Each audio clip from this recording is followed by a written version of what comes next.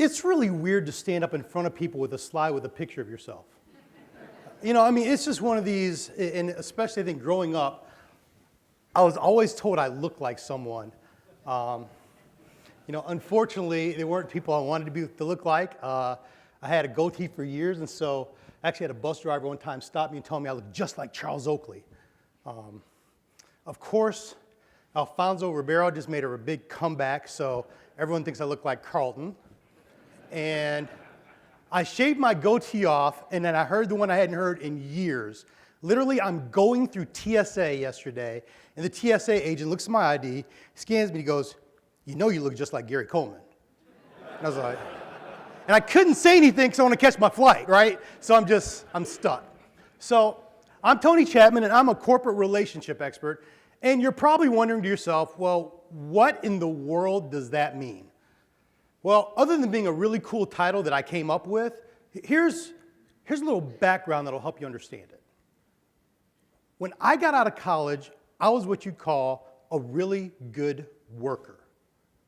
By that, I mean I showed up to work and did my job. I thought everyone did that. I was clearly naive. Then one day my boss came and he gave me what I call the pitch. The pitch goes like this: "Tony, you're doing a great job. We'd like to talk to you about your career path. Here's what we're going to do. We're going to give you a few people to supervise. Don't worry, it'll be easy. All you have to do is get people to work just like you're working, and everything will go well." Anybody ever heard the pitch before? I think I'm in a room full of people who've heard the pitch. Here's why I call it the pitch. There's a lot of things they don't tell you. For example, oh, by the way, this would be good to know. There are 3 other people who really want to be supervisors, but they're not good at doing their current job, so that's not going to happen. But they're going to be mad at you because we chose you over them. Ta-da! Not to mention, you're fairly new here. And there's a lot of people who've been here for a long time. And yet they've kind of hit their ceiling, but they think they're entitled to certain things because of their tenure here, regardless of their skill set or engagement. And so they're going to look at you and assume you're brown-nosing, there's favoritism, all sorts of other things. You got to figure out that while still supervising them. Ta-da! Not to mention, Tony, you're younger than a lot of people around here. They're not going to respect you, period.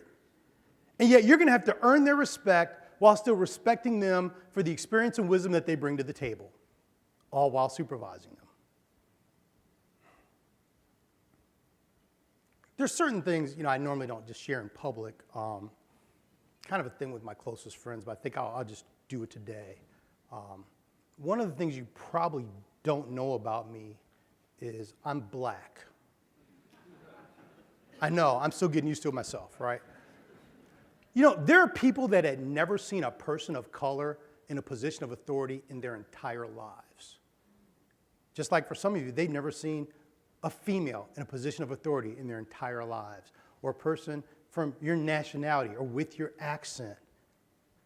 And now you're supervising them. And they don't tell you that that's going to be a challenge. And you know what they never say? You see her over there? She's crazy. Right? Because there's a crazy person in every office, right? Raise your hand if you know who the crazy person is. Don't point at each other. Some of you work closely together. If you're not sure who the crazy person is, it's because it's you, okay? So immediately what happened, conflict rose, morale dropped, and we struggled with productivity. Now, I realized I had a lot to learn. I wasn't trained for leadership. I was trained to be an engineer. I was a chemical engineer working in the paper industry, so you put me in front of a Fourier transform infrared spectrometer, I'm a beast. But put me in front of crazy people, I don't really know what to do. So I decided to make it my aim to figure people out.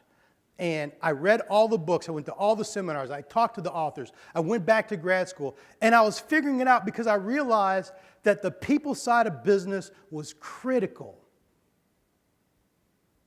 But then I started to see a pattern. I had to go to a paper mill in a small town in Maine. There's no other type of town in Maine, by the way. They're all small. It had recently gone through a strike at the paper mill. Not your normal type of strike. The type of strike where people cross the line. The type of strike where the company actually went out and hired replacements from that town. The town was decimated. People who had grown up friends all their lives, to this day still don't talk to each other. Family members were divided. Churches literally split. And as I walked through the mill that I'd walked through before, I realized something. Conflict had risen, morale had dropped, and they were struggling with productivity. Years later, I'm working for a totally different organization, and they had a huge change in leadership. And it was almost more like a coup than a change of leadership. And it was ugly. And it was, we're going to change mission, we're going to change leaders, we're going to change all of these things at breakneck speed. And I watched some of my closest friends who I'd been working with for years lose their minds. I watched people try to navigate the waters of uncertainty. And all the while, I noticed conflict rose, morale dropped, and we were struggling with productivity. I began to realize this is what happens when you don't deal with change properly. And it turns out what we went through was not unique. Most organizations actually struggle with change, whether it's technology, whether it's culture, even amazingly, customer service programs don't result in a benefit to the customer. And I started thinking more and more about this. What is going on? Why is this happening? And I understood, because normally when we think of change, we think of the product. Here's where we're going. Here's the end game. Here's what we're trying to accomplish. And so with that, we have a process that's going to accompany it. The problem is we don't think of the people side. Because the reality is, it's people that have to embrace it. It's people that have to drive it. It's you that have to actually drive it. And most change efforts, when they fail, they don't fail on the people side. Not because the people side is not important. It's because we know better. Not because the product side is not important. We know better. We focus on the product side. And they don't fail on the process side. We know better, but we often neglect the people side. And so when we think about an organizational change, we really need to break it into two components. There is the change side. There's that part where something ends and something new begins. But then there's transition. It's what you and I have to actually go through to make it stick. 6 years ago, our family up and relocated to New York from the Midwest. Talk about culture shock, right? But it was a situation where my wife got her dream job. She was in a bad situation, and the perfect opportunity came, and basically her old boss says, if you move up, I'll double your salary. Well, there you go. But the challenge was, we knew we got 2 boys. One's in 9th grade, one's in 6th. But fortunately, our 9th grader had just gone to kind of this academy. He didn't have a lot of friends there. It shouldn't be that tough. And so the change was physically getting up and moving from the Midwest to New York. The transition was making New York home. You know, for 2 years, my kids would say, so for spring break, can we go back home and visit? I'm like, dude, this is home. But not to them. And even, now here's the thing, they were in a better situation. A much better situation. Financially, they're in a better situation. My oldest son, okay, so my oldest son is a behemoth. He's huge. He is 6'4", 350, okay, left guard. He is so big that when we went on campus visits to a Big Ten school, it used to be called Big Ten, I think it's just called Big now, which, talk about not accepting change. He is big enough that when we would walk on campus, the football team would recruit him based on his size. Right? And yet he's in a perfect situation. He's one of the top programs in New York State. He's also in one of the top academic programs in New York. I mean, currently he's a junior at an Ivy League school that never would have even been on our radar had we not moved to New York. And yet, even though it was a better situation, it wasn't home. And that's the part of change we often miss, is home. And so it actually takes both of these. We have to manage change because we have to understand the products and the process. But we also have to deal with the people side. We have to keep them engaged. We have to get them focused on the goal. And that's really what this is all about. For years, my wife and I have been doing a lot of work on change. She actually works for an international bank, and she does change implementation. So it's funny as I'm listening to Chris talk about SAP, they just finished an SAP implementation. Yay. Anyway, I know how that goes, okay? I'm not going to say it, okay? And so we've been talking about this process that people go through. And we knew that there were phases and stages, and we couldn't come up with a perfect model. And then we came up with, I'm going to give her credit. She actually came up with this concept. And the idea was, how do you get from one trapeze to another? Because that's really what you're trying to do. People right now are holding on to something. And you have to get them from one trapeze, the old trapeze, to the Advantage 66 trapeze. And how do you do it? Well, there's three things that have to happen. First, they have to let go. They have to let go of what they're holding on to. The end, they have to latch on. There's something they have to grab onto. But in the middle, there's this moment where they got nothing but gravity. And that's the fear.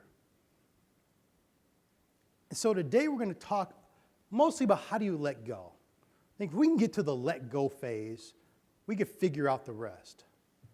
But letting go is not easy. I coach both of my kids in sports. And for one of the baseball parties for my younger son, the head coach, the manager, decided, hey, let's do a party at this place. And they have rock climbing, right? And so we're hanging out. We're like, let's do rock climbing. Great, great, great, great. And so my son goes, so Dad, you going to try it? I'm like, okay, sure. Now, I'm not the smallest dude in the world, and I've never done this. I thought, okay, this is going to be a total disaster. But I got my kid watching.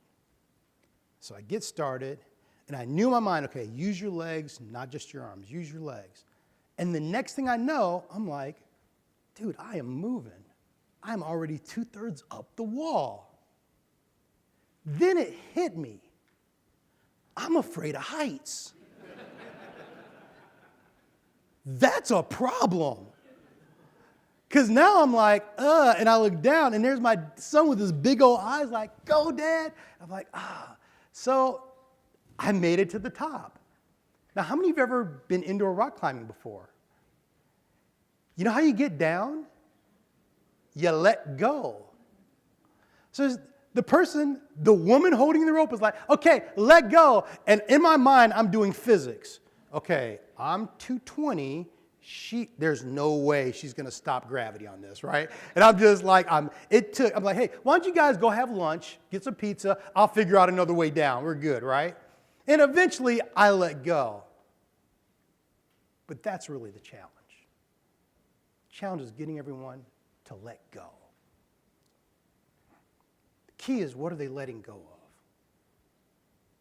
It's not the past. We often think that, okay, we got to get them to let go of the past, we can move forward. It's not the past. The past would be easy. You could drug someone and get them out the past. I wouldn't suggest doing that, but you never know. No, all of us have created something.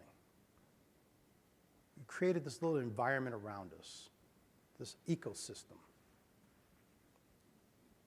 It's a state of equilibrium.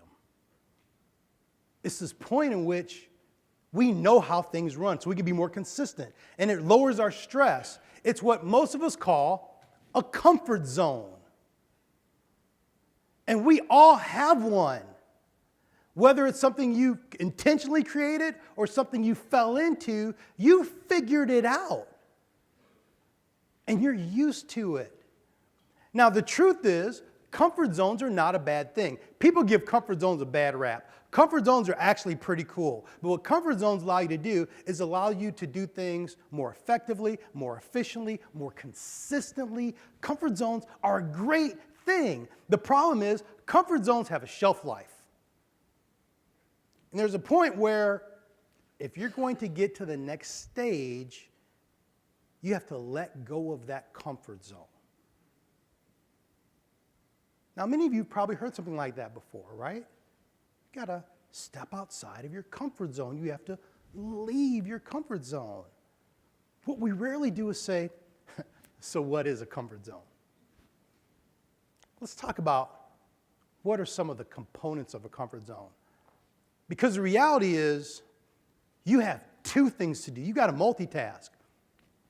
You have to lead people out of their own comfort zones while navigating your way out of yours as well, right?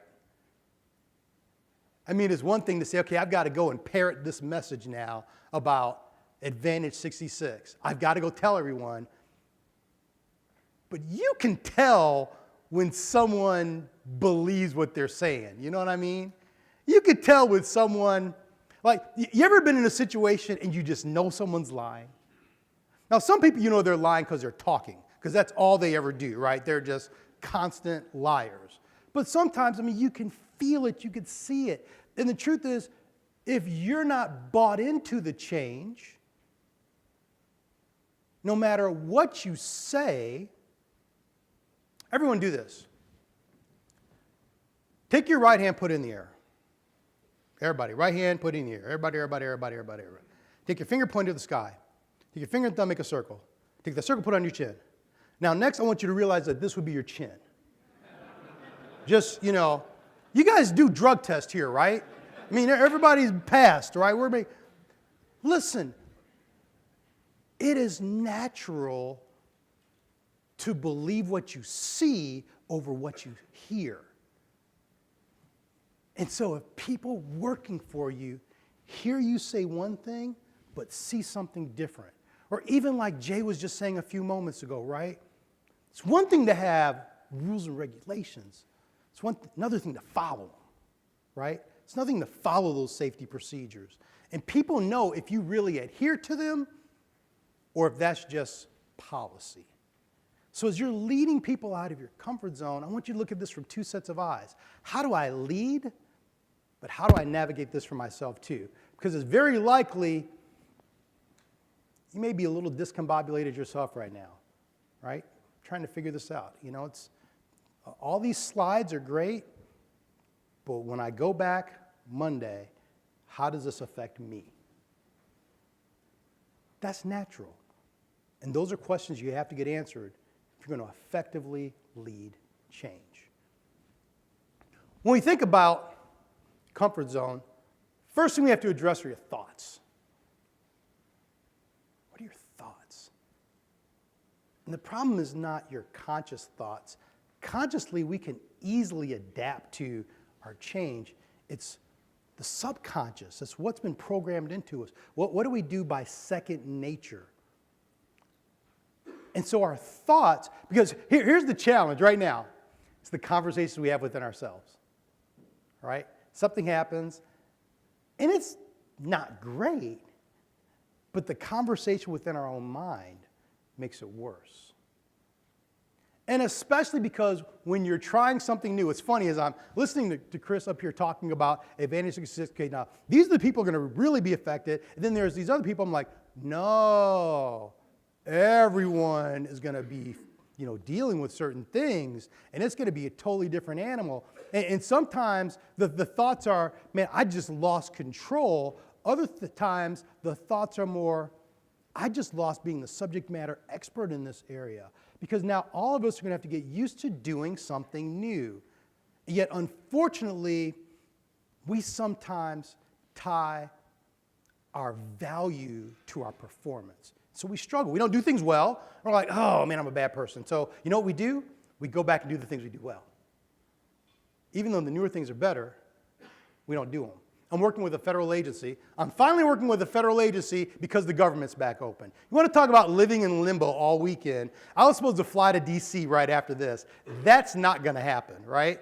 Okay? But I'm working with this federal agency, and so what they're doing, it's funny, you guys talk about, we're trying to get everything more electronic. When they interface with their clients, which is the general population, they still do everything by hand. And so, big push. We're going to get everything inputted electronically. But some people have been doing this 30 and 40 years, literally. And you know what they would do? They would bargain with their coworkers. I'll do this if you input this for me. Because they would rather do that than learn the new thing and not be good at it. So we have to be very resilient. And being resilient, you do it by reframing how you think it, how you look at things. Here's what I want you to do. All of you have a pad of paper, right? So on your pad of paper, use the backside. I think the backside is clean, right? Either way, it doesn't matter. I want you to draw a line from the top to the bottom, right down the middle, top to bottom. And you're going to draw a line across, right down the middle. So you're going to end up with 4 quadrants, right? 4 big squares. Does that make sense to everyone? So everyone have 4 big squares. So here's what I'm going to have you do. In the top left corner, I'm going to give you 10 seconds. I want you to draw a house. Okay? 10 seconds, draw a house, starting now.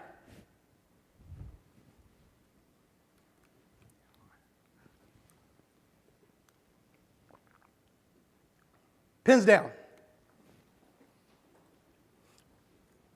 Now, realizing that most of you, because you would do what comes natural in your comfort zone, did that with your dominant hand. If you're right-handed, that was right-handed, right? If it was left-handed, you're left-handed. So now in the top right quadrant, I want you to draw a flower using your weak hand. Go. A flower.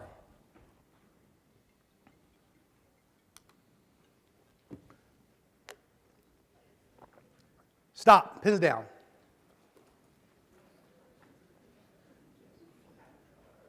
Okay, I know that was difficult, so I'm going to be nice. In the bottom left quadrant, bottom left, I'm going to have you draw a cat. You can use your dominant hand, but you have to have your eyes closed. Go. No talking, just go. I ain't got time for you. Cat. Time. Pins down. Okay. So you know what I'm going to do, right? We got one quadrant left. You know what I'm going to do. So the bottom right, here's what I want you to do. You're going to draw a tree, left, weak-handed, with your eyes closed. Ready, set, go.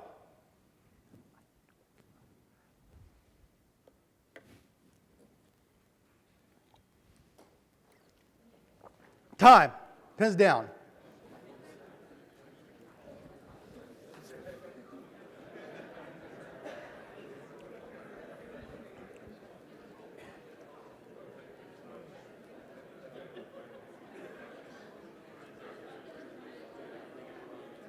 All right, so here's what I want you to notice.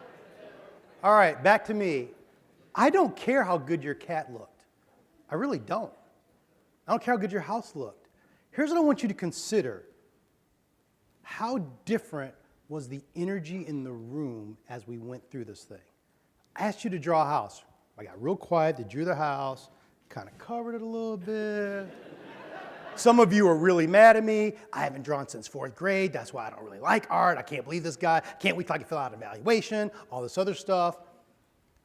But by the time we have our eyes closed and our weak hand, you're laughing. So some of you were boasting about how bad your tree was. I drew a good tree. Well, that's forget that. Look at my horrible tree, you know. And the difference was your expectations.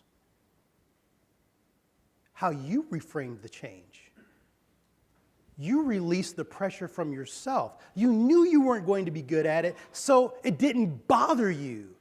You didn't let it stress you out. You didn't criticize your work. You just knew, hey, I did the best I could under this circumstance. This is not how I normally do it. This is new to me. So that's what you have to do during change. You know there are going to be things you're not good at. You know there are going to be challenges. You know this is new. So don't beat yourself up. Don't act like you have 5 years of experience in something you've been doing for 15 days. Because that's what we do. And then from a safety standpoint, when in doubt, stop. It's new, right? But you need to do this to control your thoughts. You need to reframe things. You need to rethink things. You need to change your expectations. You need to give yourself a pass at times and understand, I'm not going to be as good as I would normally be under other situations because those are the situations I had planned and prepared for. This is a totally new animal. Deal with your thoughts. Because once you deal with your thoughts, you start to address your habits. It's your habits. I've always heard it takes 30 days to change a habit. Turns out that's not true. For most people, it's around 66 days.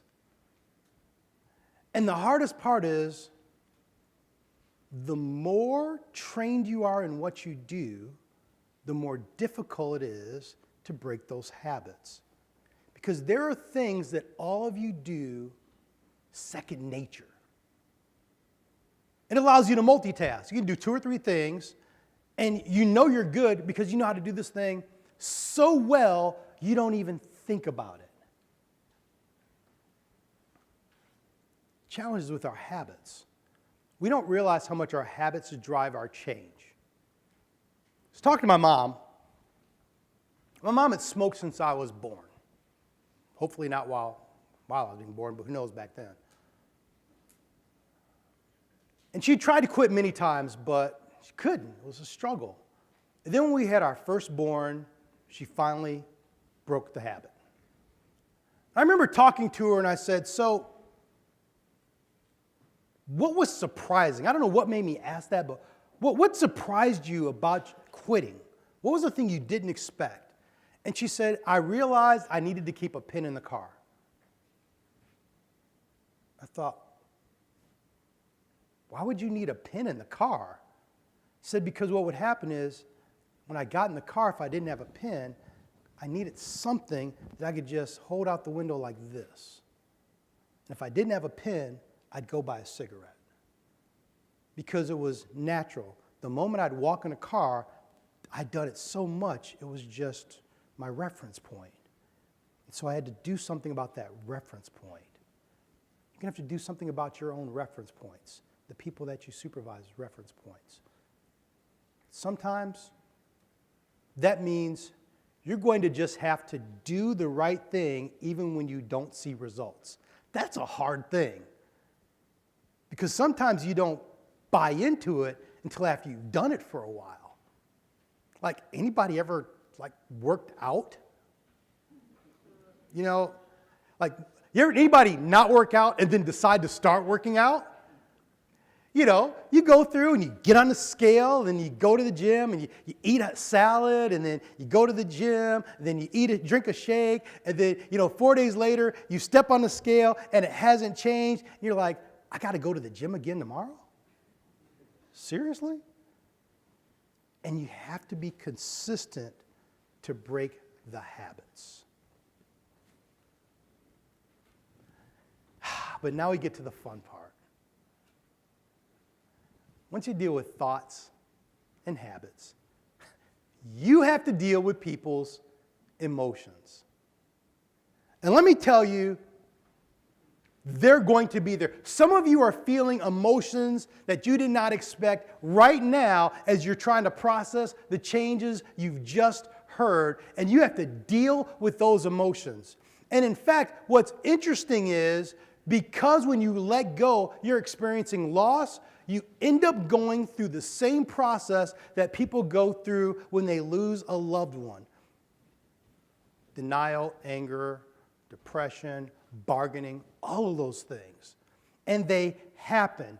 Don't think they won't happen. As was said earlier, let's talk about denial. In 2010, I was hired by a retired two-star general to aid in the BRAC transition. Now, to give a little background, in 2005, Congress had decided that what they would do is they would realign certain bases, close certain bases. What was happening is the federal government owns a lot of land that they don't use, and they rent out a lot of land that they don't need. And so they calculated the amount of savings that it would be in the long term to get most of their bases on federally owned land. Makes sense. So they decided this in 2005. In 2010, I began working on a BRAC transition. Now, what that allowed us to do is we would go in and we would talk to soldiers and civilians, and we would help them think through, now, you have an opportunity to move to the new location, or you can stay here. If you choose to stay here, what do you want to do for a job? How do you want to look for a job? Let me help you figure out how to create a resume federally, how to create a resume for civilians, how to look for a job on both of those platforms, how do you interview, how do you do the whole thing? And then we had a crew of people that would write a resume for you. It was an amazing thing. So I'll never forget, the first place I went to was AFib. It was at Walter Reed Hospital, the Armed Forces Institute of Pathology. So I go in, we're there. I'm still brand new. I haven't even gone through my training, but there are a few things that they wanted to use me for in preparation for my training. So we're in there, and I'll never forget, I'm in a one-on-one session with this young lady. She goes, this is really good, but I don't necessarily need it. I know that my job actually is not leaving, and I talked to my supervisor, and they reassured me. So, this is great for everybody else, but I'm good. Now, I'm new, and I'm like, okay, well, I understand, still consider these, use these resources, great. Went to my training, shared my story. They're like, oh, no, not going to happen. That job's gone. She's in denial. Went to Fort Knox, amazing. Got to learn how to drive an A1 Abrams tank, phenomenal. But I had the exact same conversation. Talking to a gentleman, he's like, well, a lot of the jobs are moving, but I know for a fact my job's going to be here. I'm like, look, HRC is moving here. You're not going to be here. Oh, absolutely. Next thing, I'm in Rock Island Arsenal. Exact same conversation. I'm in Fort McPherson in Atlanta, Georgia. I'm having the exact same conversation. I finally said, stop talking. Went to the website for Fort McPherson, turned around, and there's a countdown clock to the exact minute the base is going to be closed. I'm like, your job is leaving. But people were in denial. And you have to understand how, Fort McPherson. Look, Fort McPherson is not owned by Tyler Perry. So unless this dude was in the latest Medea movie, he ain't got a job, okay? It just didn't happen. But people knew that on September 15th, 2011, their job would be eliminated. Some people had 6 years of notice. But because of denial, they did nothing. Some people went and got a certificate. Some people went to grad school. Some people got extra training. But others never left the stage of denial. I'm telling you this because you have to prepare for the emotional response. And there are times you're going to feel more like Dr. Phil than a supervisor. It's going to happen. I'll never forget it. I'm leading my first meeting. In the middle of the meeting was a minor change. Minor. It was something as simple as expense reports will now be turned in on the 20th instead of the 23rd to give accounting more time to process it. That's simple, right? Makes sense. So I mention it, and as I'm about to go on, one person in my group, she gets to go, what? Rah, rah, rah, rah, rah, rah, rah, rah, rah, rah. And it's like time stopped. I felt like I was in the Matrix, you know what I mean? And she's just talking and yelling, and I'm in my mind going, what is wrong with this woman? Aren't you a professional? I mean, and it seemed like 4 or 5 minutes. It was probably 30 seconds, and then she stopped, and I didn't know what to do, so I kind of pretended it didn't happen and moved on. You guys know, like it's never happened to you, right? Oh, I handled it right the first time. Yeah, whatever. But here's the problem. No one ever told me that would happen. I'm telling you. How many of you are old enough to remember Ronaldo Nehemiah? Ronaldo Nehemiah, growing up, was one of my favorite athletes. Track star. First person to break 13 seconds in the 110-meter hurdle. Destined to be a gold medalist in the 1980 Olympics. Except, we boycotted the 1980 Olympics. He couldn't go. And then someone had the brilliant idea. This is the fastest dude on the planet. He's built like a football player. Let's make him into a football player. And so he worked out for a few teams. He's picked up by the 49ers.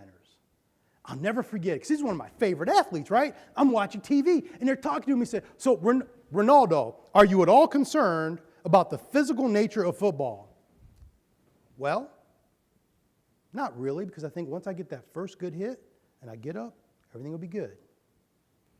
Well, they're playing the Falcons. He ran it down and in. The ball was thrown to him, and he juggled it.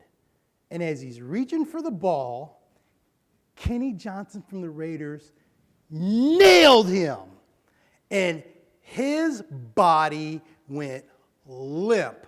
I mean, it was like he crumbled. It was like, do you remember Rocky IV, where Drago hit Apollo Creed? And he hit him and the music stopped. The sound reverberated. You're like, oh my God, he's dead. You knew he was dead before his body left the ropes. That's what happened when Ronaldo Nehemiah got hit. I was like, oh my God, he's dead. Now, he wasn't dead. He wasn't even injured. He just got knocked out.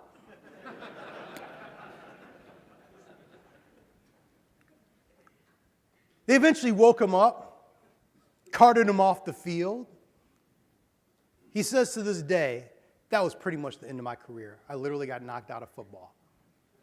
Bill Walsh said, I was not letting him run across the middle again. It was it. Because no one had ever told him that he would get hit like that. And I'm telling you, be ready. If you're going to lead change, you have to be able to take a hit. You have to. You've got to be able to take a hit.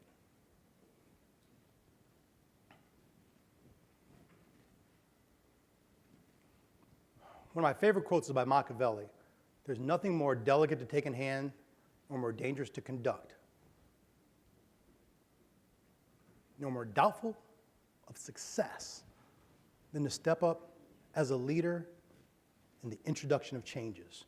For he who innovates will have for his enemies all those who are well off under the existing order of things, and only lukewarm supporters are those who might be better off under the new. Got to be ready. Got to take a hit. The hit's coming. If you've heard it from no one else, you've heard it from me. And the problem is, you can't predict who it's coming from. You just don't know. Once you deal with thoughts, habits, and emotions, there's another thing. Relationships. Relationships are fascinating. A lot of studies are starting to show how much our relationships affect our health. For example, if you know someone who's obese, you're more likely to be obese. If you know someone who smokes, you're statistically more likely to smoke. If you know someone who's divorced, statistically, you're more likely to be divorced. I'll never forget, I was in Bermuda, and the world-famous speaker, Les Brown, I used to open for him. We're sitting in Bermuda, and he said something I'll never forget. He said, MIT did a study that the average person makes within $3,000 per year of the people they associate with the most.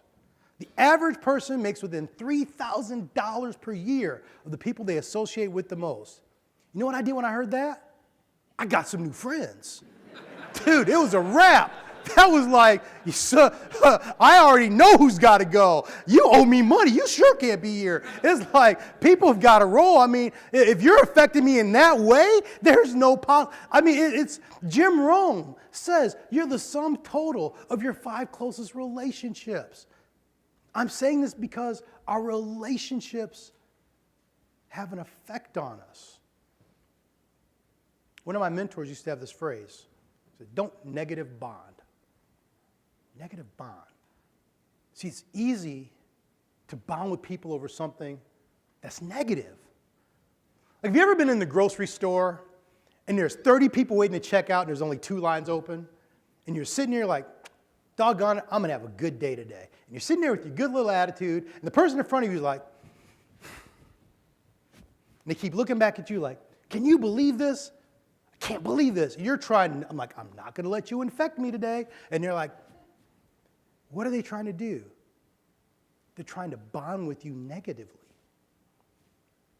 And it's easy to do. It's easy to do that when you're trying to be empathetic.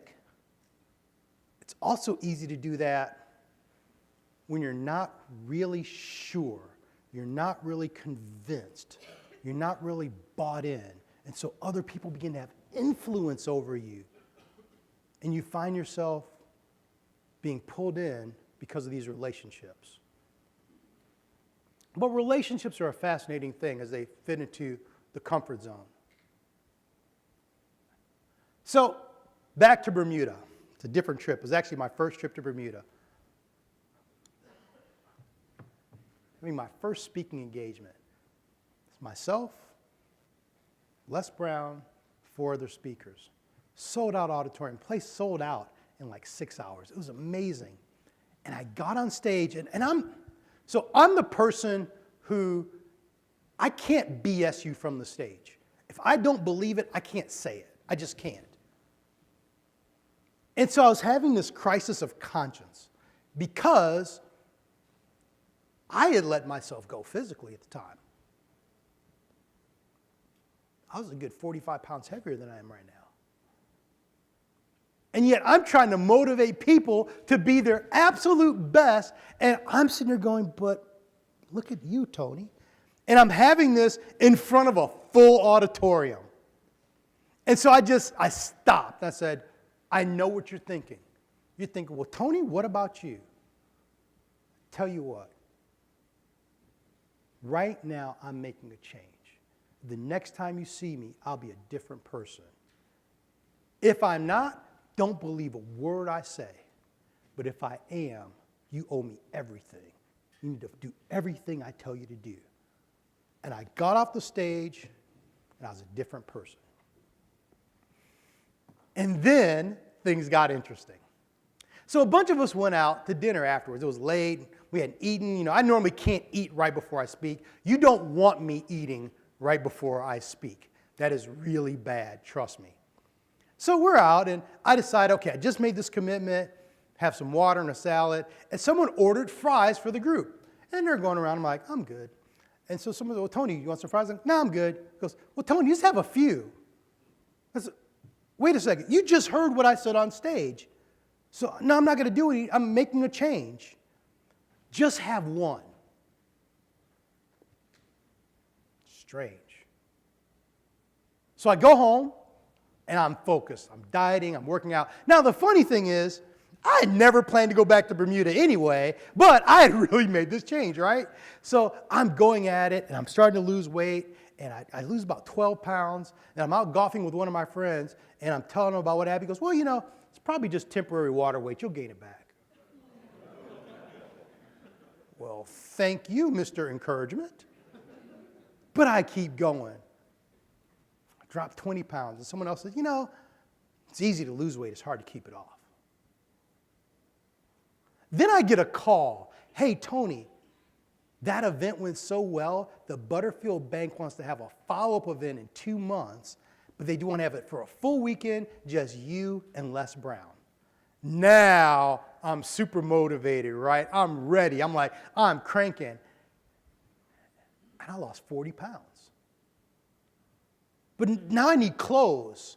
I'll never forget this. So I go to buy some clothes, and okay, I need to get 3 suits. Okay, great. So the guy's talking, goes, well, I need 3 suits. I said, look, I just lost a bunch of weight. And he goes, really, how much weight did you lose? He goes, I lost 40 pounds. How long did it take you? He goes, 3 months. He goes, you shouldn't buy suits now. You'll probably gain the weight back. I'm like, wait, let me get this straight. You're willing to give up your commission to tell me that I can't change. And it blew my mind. And so I go to Bermuda, do my thing, come back, and I'll never forget it. I was sitting in the basement of a friend's house. We were talking, and he said, Tony, here's the deal. You changing took away all the excuses for why I couldn't change. You changing took away all of the excuses for why I couldn't change, and then I knew what it was. See, the problem was not that other people were in my comfort zone. The problem is that I am part of other people's comfort zones. Think about that. I am part of other people's environments. They're used to me. They're used to me exactly the way I am. Even if I'm the crazy person, because you know, even the crazy person at work, you can deal with them if they stay the same crazy they are right now, right? You know how to work around them and figure, but if they turn into a different crazy, then you got to start all over again, right? You know that. So they're used to me. So the minute now I step out of my comfort zone, what did I do? I moved their comfort zone without their permission. And without even thinking reflexively, the first thing they do is they pull me back because they need their comfort zone back intact. Oh, here's how this works, right? So you guys had the big kickoff meeting. It's going to be awesome. We're doing this big change. Advantage 66. And you know what? It looks like bobblehead night at Minute Maid Park. They're like, yup, that's. And then they walk out the door. They're like, I'm not doing that, are you? No, I'm not doing that. Come on, man. You're not a fool. And even the people that had thought about changing, now they're talking to their relationships. And their relationships are pulling them back to where they were instead of where they're trying to go. And you're going to have to manage the relationships within the organization, because there are people that will advance change, and there are people that will stop change. We'll get into that a little bit more. Relationships. And see, it's important to understand all this, because once you deal with these things, now you can deal with circumstances. Because now people, they can adjust to them and they can adapt to them. The problem is we do it backwards. The real challenge is this. Here's the challenge. So the top leadership has already gone through this whole process way before they told you anything, right? They're like, this makes sense. We're going to lose money. We're going to gain money, blah, blah, blah. We hash it out.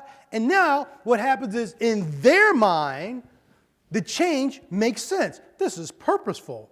It is necessary. this is going to be such an improvement. But that's them. That's not you. You're like, whoa, where did this come from? Dude, you just totally disrupted everything. And now, if you feel so strongly about the change, why don't you come and tell them instead of me do it, right? Because it's unexpected. It's out of control. It's a problem. It's an ending, not a beginning. And it's important to realize this because, so I was asked by a client, can you do a stress management class? And I said, I can, but no, we really need you to do it. And so I pulled out this chart that I'd used before. This is actually a very common chart used for measuring stress. It's one that's still used today. The idea is that if you look over the last 12 months, you look at any of these things that may have happened, they each have a numerical value, right? So number 1 is death of a spouse. That is 100. Number 2 is divorce. That's 73. That right there is a whole different workshop, right? I don't know why they're numbered that way. You can figure it out yourself. Separation, 65. Jail term, 63. Jail term is less than divorce. That's a different story, too. Death of a close family member, personal injury. And as you add all these up, if your number hits 300, there's an 80% chance that you're going to have a health-related incident in the next 2 years. Between 150 and 300, there's a 50% chance. But I started looking at this. And then it hit me. You know what this is? They're measuring how much change you go through. Death of a spouse, divorce, marriage, fired from a job, marital reconciliation, retirement, pregnancy. You go down the line. Hey, positive things, right? Change in school, change in number of marital arguments, outstanding personal achievement. All these things have a numerical value, and what it tells you is that change, especially when you don't initiate it, is stressful. And the truth is, we're talking about one change, which is one component of other people's lives. But we also have to consider all these other things that people are going through. Because when that person flipped out on me in the middle of that meeting, we talked later, and she apologized. She'd going through some other things. This change wasn't even the issue. It was just the tipping point. It was the straw that broke the camel's back. But it wasn't the real issue, but you take it in combination with all these other things, it was too much to bear.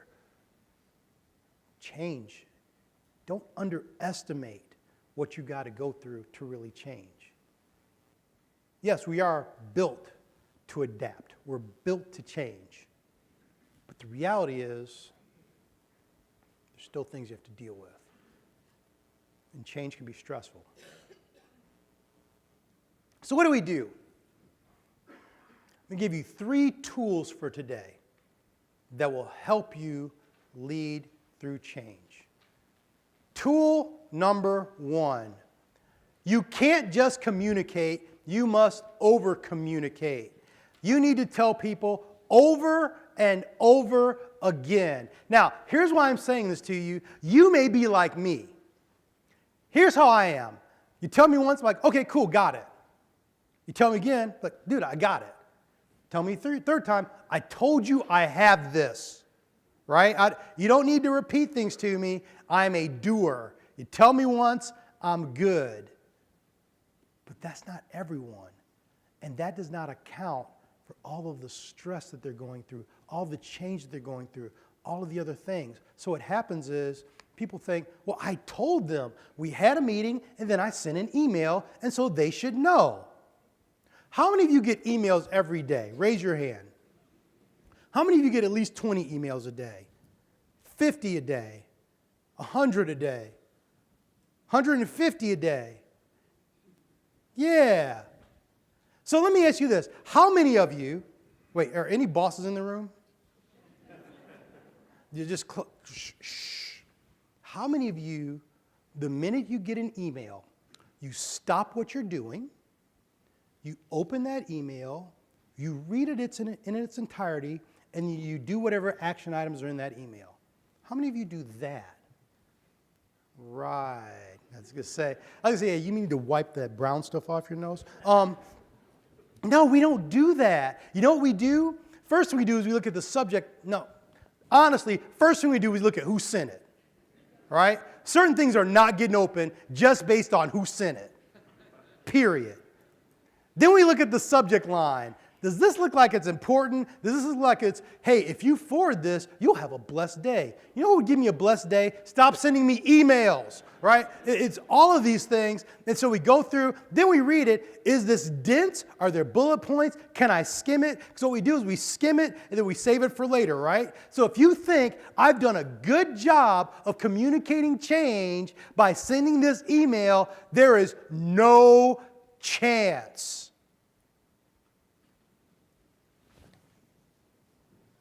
And here's the problem.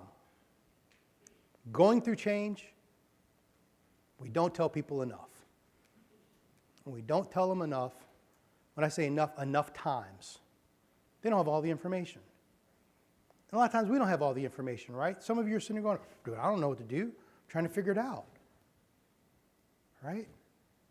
And here's what happens when you don't have all the information. So each of you has a pad of paper, right? A pen. So I'm going to put 12 words on the screen. Put your pens down. I want you to memorize these words. Ready? Look at the screen. Ready, set, go.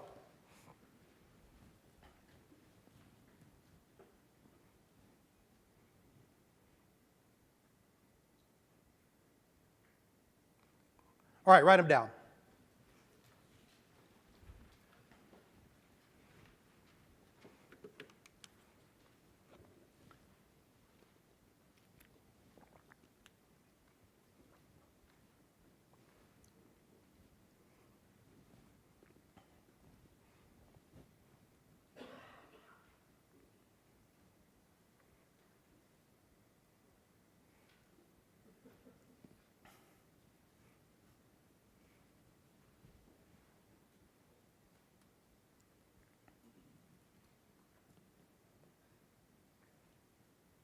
Okay, how many of you got at least 3?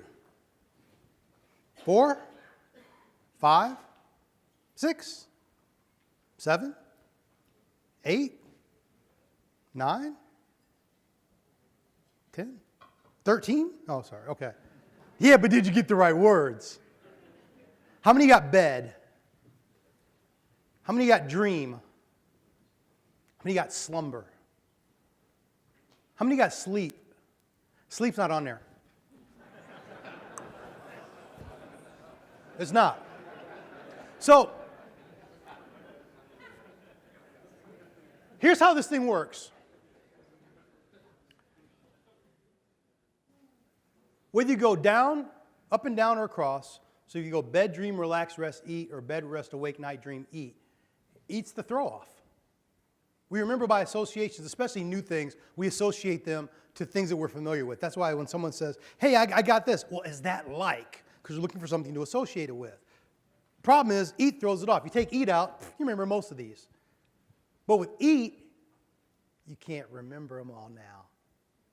Not everybody, not a shot. So you know what happens? There's too much information for you to take in that little 10 seconds I gave you. So what'd you do? You filled in the blanks, right? Because it's not like all of you ran out of words and then put sleep. Some of you are like, well, I know sleep's on there. Hey, all of us do it. But that's what happens when you don't communicate enough. People are going to fill in the blanks.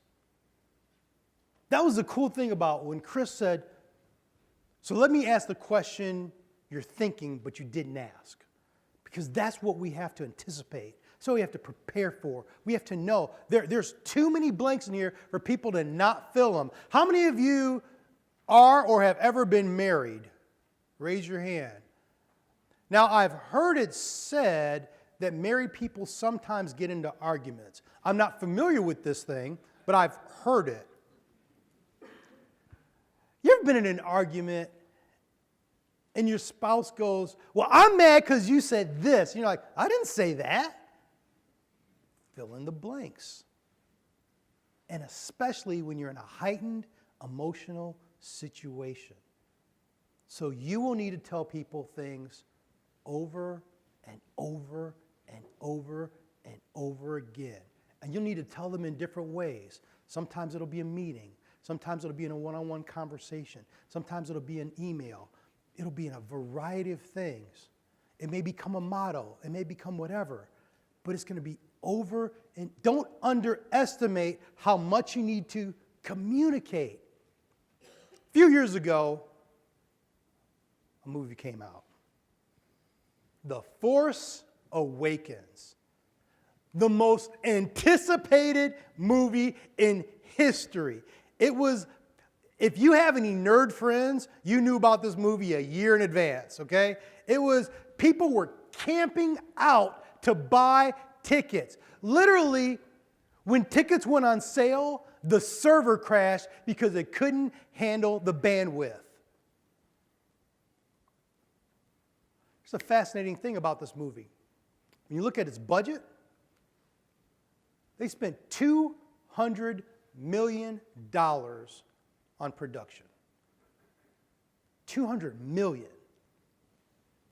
They spent $40 million on the salaries of the actors.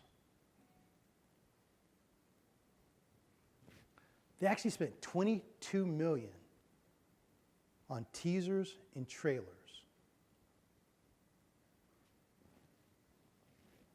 And $223 million on marketing. Think about that. A movie came out that everybody already wanted to see, and they spent more money on marketing than production. And in fact, if you really think about it, teasers and trailers are really just part of the communication. You add those two numbers up, they spent more money on communicating how the film was going to be than they spent on actually making the film. And this is for a movie that everyone wanted to see. What about you?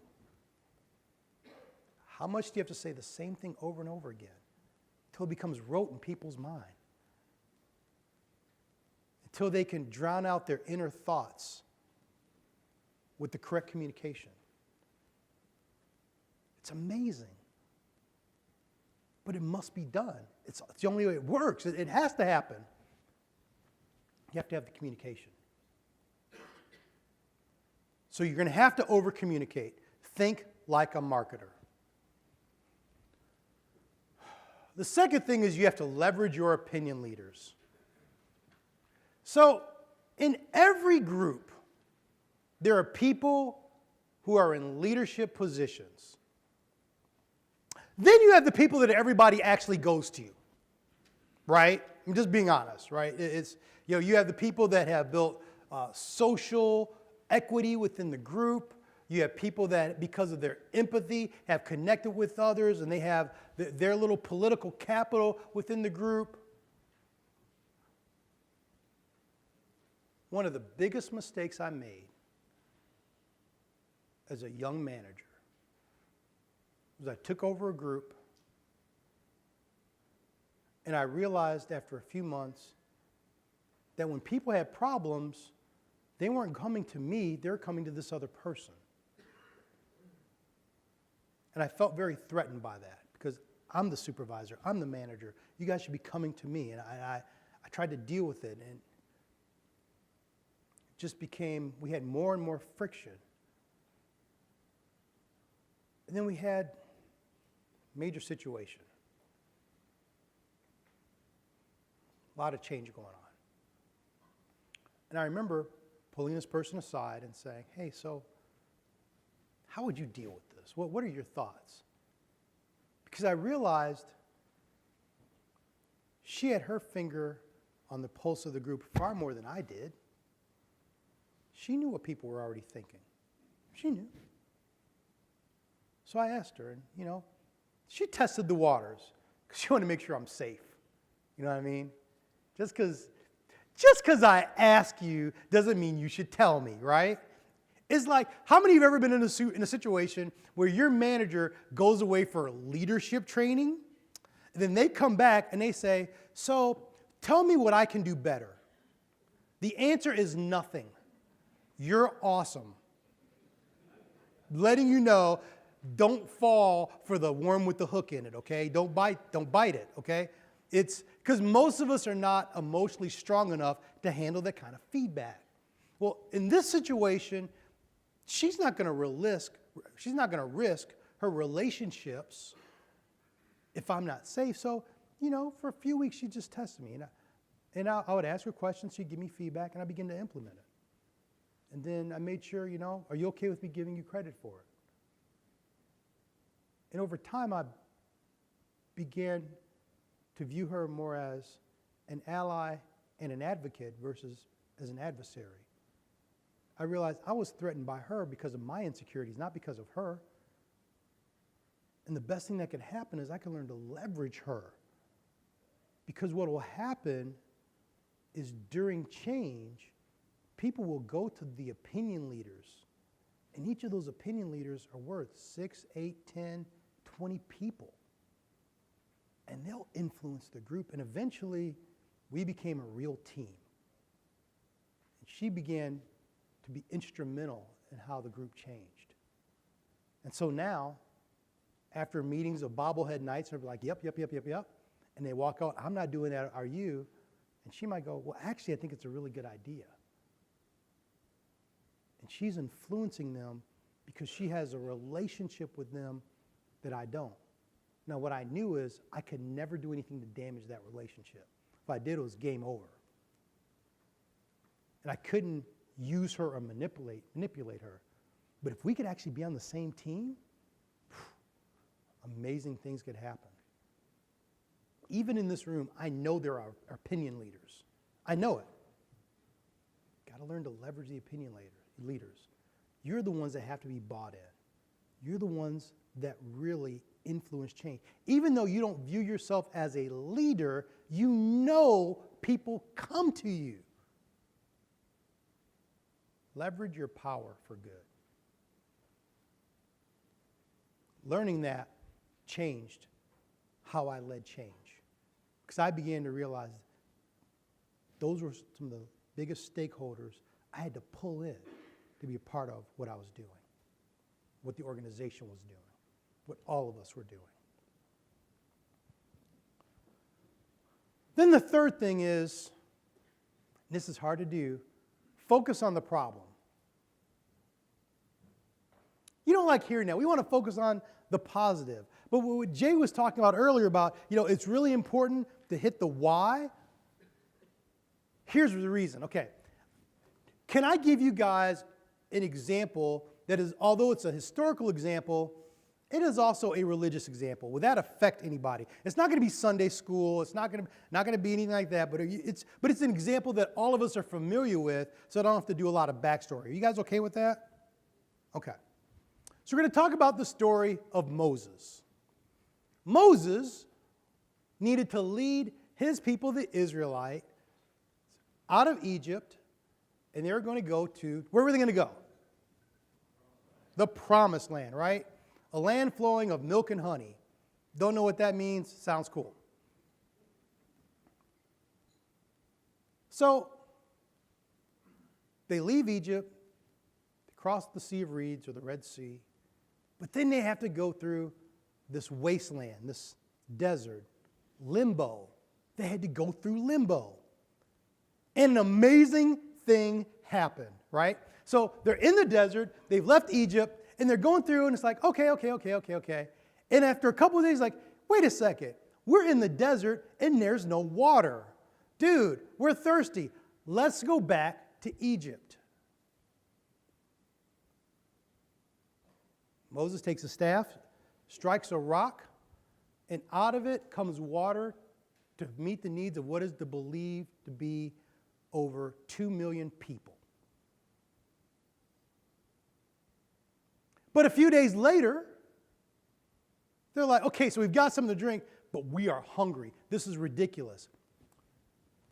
Let's go back to Egypt. Amazingly, this thing referred to as manna comes down. It is supposed to be bread from heaven. Literally, manna means, what is it? Nobody knew what it is. But it was supposed to be bread from heaven. So to me, it's probably bacon with no calories. That's my view of manna. You view your thing your own way. But surprisingly, right? Now their needs are met. They got manna. Until 2 or 3 days later, like, wait a second. I'm tired of manna. We've been eating manna all day, every day, which proves it wasn't bacon because you don't get sick of bacon. But they've been eating it all day, every day. We need meat. And then they said, recorded, let's go back to Egypt because all we did was sit around pots of meat all day. That wasn't true. They were slaves. But that's what happens. When you're in the midst of change, you begin to romanticize the past.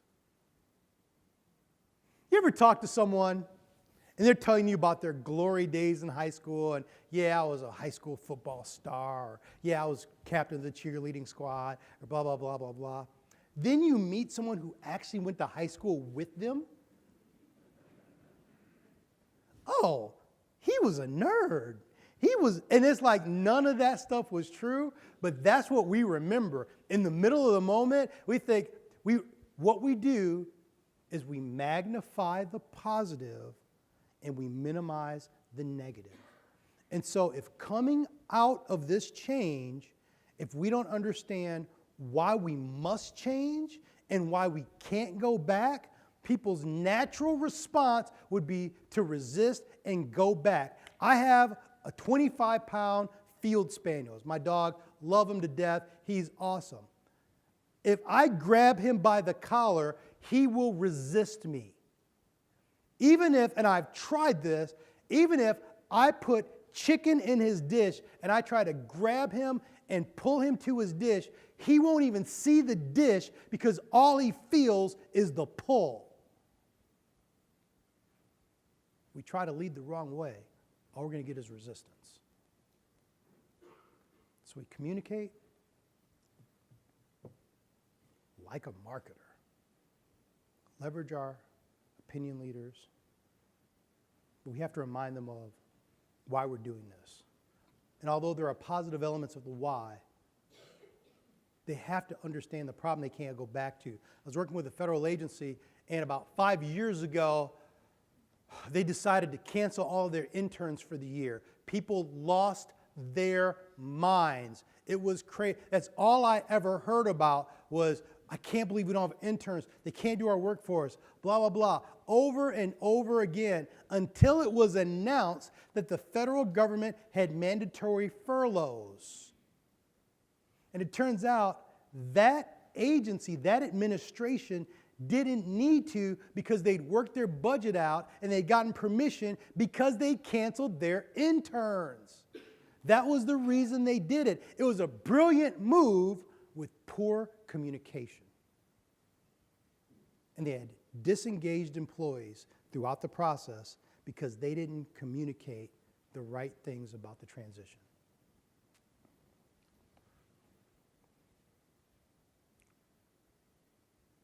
I'm going to bring this to an end, but I want to think about some things. How does all this work together? Why is this so important?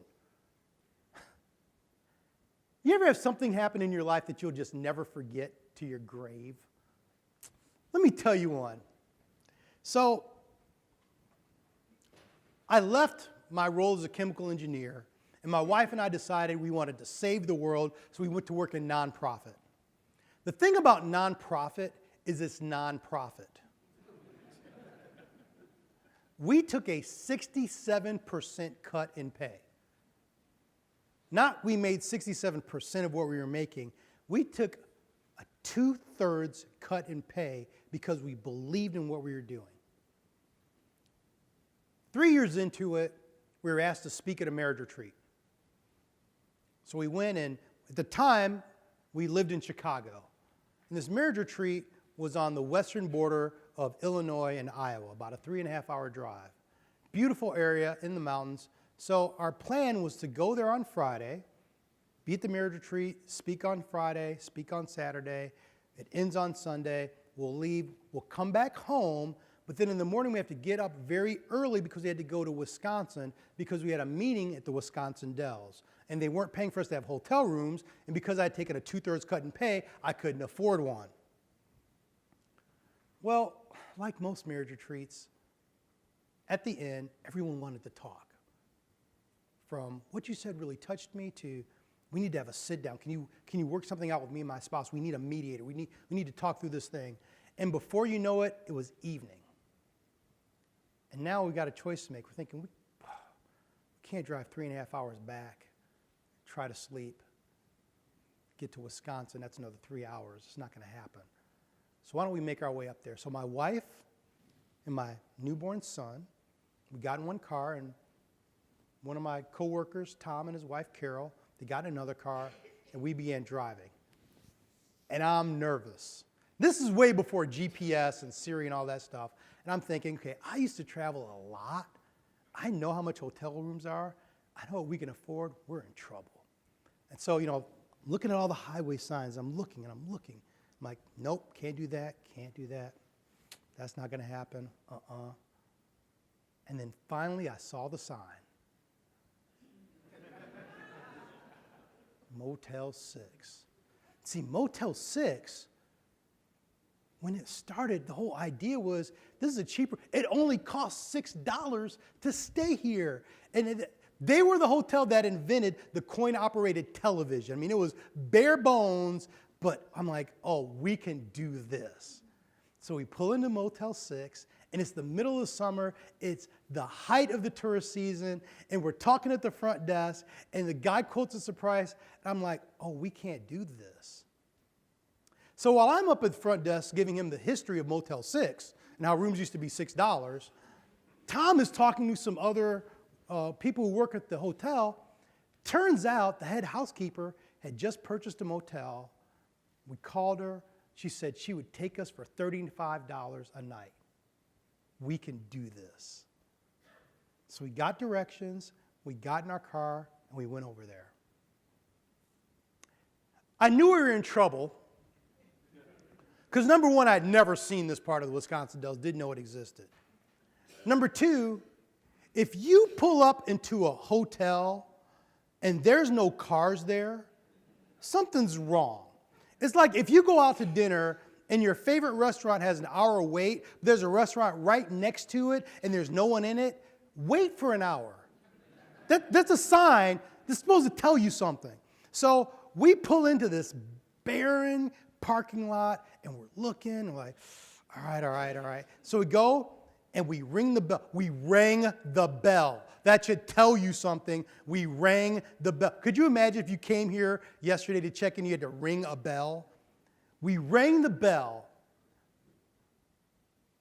and out came the creepiest woman I have ever. Do you remember the movie Psycho? Bates's mom was standing in front of me. And she's like, hey, heard about you guys coming? Let's go. And my buddy Tom pulls out his credit card, and I'm like, whoa. And now I'm trying to buy time. I got my wife and my newborn in here, and I'm thinking about this, and I'm like, I'd like to see the room first. She said, sure. Takes us over, opens the door. I mean, it was really, really dated, really, really old. But I mean, she's a housekeeper. It was as clean as you can make it. And so she's showing us around, it's only 300 square foot. I don't know what there's to show us around. Here's the sink, here's the bathroom. All the while in my mind, I'm like, something's missing. I can't put my finger on it, but something's missing. I can't, and here's the television, the bed. Any questions? And right then it hit me. And I said, well, do you have any telephones in the room? And she looked at me with those beady eyes and she said, honey, this ain't the Motel 6.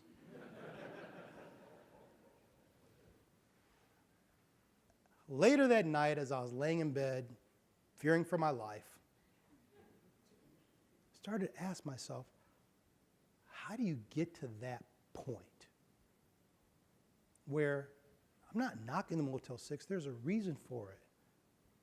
But when it becomes an unattainable goal, something's wrong. And you know what it was? It was trying and failing too many times. It was trying to get out of the comfort zone, meeting resistance, and not being able to make it. Don't let this become our Motel 6. Let's make Advantage 66 stick everywhere we go. Let's pull ourselves and our entire organization out of our comfort zone and find success on the other side, okay? Thank you.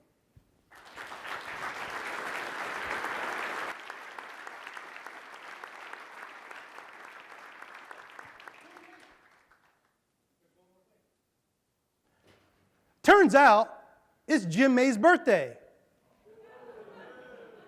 And we're going to sing happy birthday to him because that's why I get paid the big bucks. You guys ready? On the count of 3. 1, 2, 3. Happy birthday to you. Happy birthday to you. Happy birthday, dear Jim. Happy birthday to you.